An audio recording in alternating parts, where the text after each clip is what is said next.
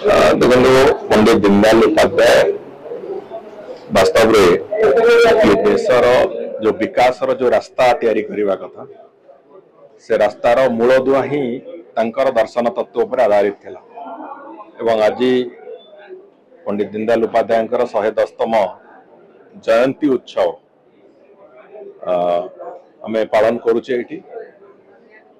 एवं थरे स्मृतिचारण करुचे केवल एवं ता सहित आज यशस्वी प्रधानमंत्री श्री नरेंद्र मोदी नेतृत्व रे दल सरकार खाली करनी देश को एक विकास नुआ मार्ग प्रशस्त मार्ग से रास्तार चलेवा आरंभ कर जो आज समग्र विश्व रे भारत वर्षर एक भिन्न स्थिति भारत वर्षर एक भिन्न भूमिका भारत वर्षर एक भिन्न चित्र संपूर्ण रूपे प्रदर्शित हो तार मूलदुआ